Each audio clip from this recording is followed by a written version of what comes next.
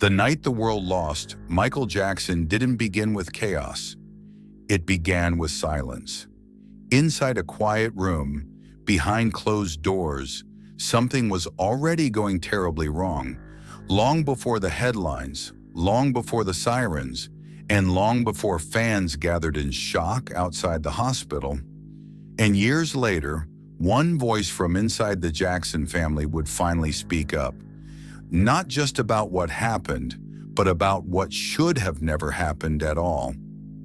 That voice was Toya Jackson, and what she revealed paints a picture far more heartbreaking and far more unsettling than most people ever realized. June 25th, 2009, a date etched into history.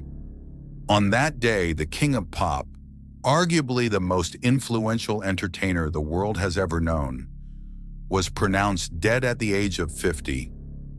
The official cause, acute propofol intoxication. But behind that clinical explanation lies a deeper, more human story. A story of pressure, exhaustion, isolation, and a man who, despite global fame, may have been more vulnerable than anyone knew. In the years following his death, many people came forward with theories, speculations, and insider accounts. But when Toya Jackson, Michael's own sister, began speaking publicly about his final days and final moments, people started listening more closely. Because this wasn't just another outsider opinion. This was family. In early 2009, Michael Jackson announced what will be his final concert series, This Is It. Originally planned as 10 shows in London, the demand was so overwhelming that it quickly expanded to 50 dates. For a performer who hadn't toured in years, this was no small undertaking. Behind the scenes, Michael was reportedly under immense pressure. He was rehearsing intensely, often late into the night, pushing himself physically and mentally to meet expectations that only he could set. Toya later described this period as one where Michael was working harder than ever, but also struggling more than ever. She hinted that he wasn't just tired. He was drained, and not just physically, emotionally, mentally, spiritually. There were moments, she said, when he didn't seem like himself. Moments when something felt off. One of the most troubling aspects of Michael's final days was his inability to sleep. According to multiple accounts, including Toya's, Michael suffered from severe insomnia. But this wasn't just tossing and turning at night. This was chronic, debilitating sleeplessness.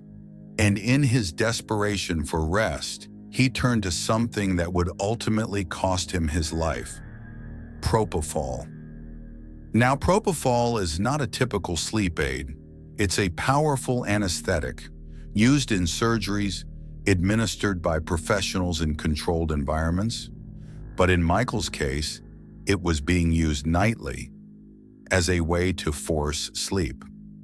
Toya expressed deep concern over this. She believed Michael didn't fully understand the danger he was in, or perhaps he trusted the people around him too much. The night before his death, Michael attended what would be his final rehearsal at the Staples Center, and by all accounts it was electric. He danced, he sang, he smiled. Some who were there said he looked better than he had in years. Even Toya later acknowledged this contradiction, that on the surface everything seemed fine. But she also hinted that appearances can be deceiving, because what happened after that rehearsal tells a very different story. According to Toya Jackson, Michael returned home that night exhausted, but unable to sleep. This had become a pattern. Despite intense physical exertion, his body refused to rest naturally. And so, once again, he relied on propofol. But this time, something went terribly wrong. Toya later suggested that Michael was given more than his body could handle. She questioned the decisions made by those responsible for his care. She questioned the environment in which these substances were being administered. And most importantly, she questioned whether this could have been prevented. Because in her words, Michael was not trying to harm himself. He was trying to sleep. In the early hours of June 25th, Michael Jackson stopped breathing. What followed was a frantic attempt to revive him. Emergency services were called. CPR was performed. But by the time he reached the hospital, it was too late. LaToya described this moment as something that still haunts her, not just because of the loss, but because of how it happened. She believed that Michael's death wasn't just tragic, it was avoidable. When the news broke, the world went into shock, but for the Jackson family, it was something far more personal. LaToya has spoken openly about the pain of that day, the disbelief, the confusion, and the overwhelming sense that something wasn't right. She didn't just mourn her brother, she began asking questions, hard questions, questions about who was responsible, questions about how this could happen to someone under constant supervision, questions that, to this day, still spark debate. Over time, LaToya became more vocal. She suggested that Michael may have been surrounded by people who didn't have his best interests at heart, people who prioritized schedules over safety, performance over health. She didn't always use direct accusations, but the implication was clear. In her view, Michael was vulnerable, and that vulnerability may have been exploited. Whether intentional or not, she believed there were serious failures in the care he received. Failures that ultimately led to his death. While much focus has been placed on how Michael Jackson died, LaToya has also emphasized how he lived. A man who revolutionized music, a performer who broke barriers, an artist whose influence continues to shape generations. But beyond the fame, beyond the spotlight, he was a brother, a son, a human being. And in his final moments, according to LaToya, he was not a superstar. He was someone in need of rest, in need of care, in need of protection. LaToya's revelations aren't just about revisiting the past. They raise important questions about the pressures faced by global icons, about the people they trust, about the systems in place to protect them or fail them. Because Michael's story isn't just about one night, it's about everything that led up to that night. The expectations, the isolation, the relentless pursuit of perfection.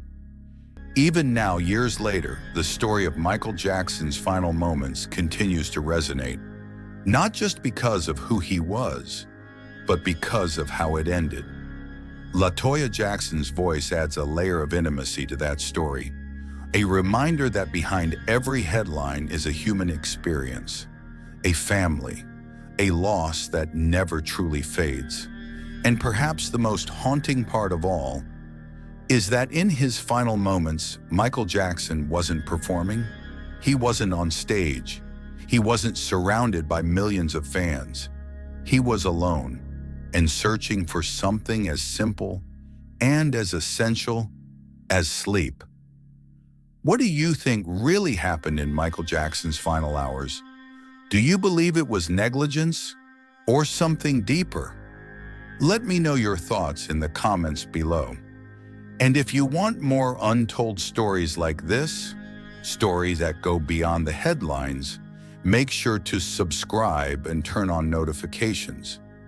Because some stories aren't just meant to be heard, they're meant to be understood.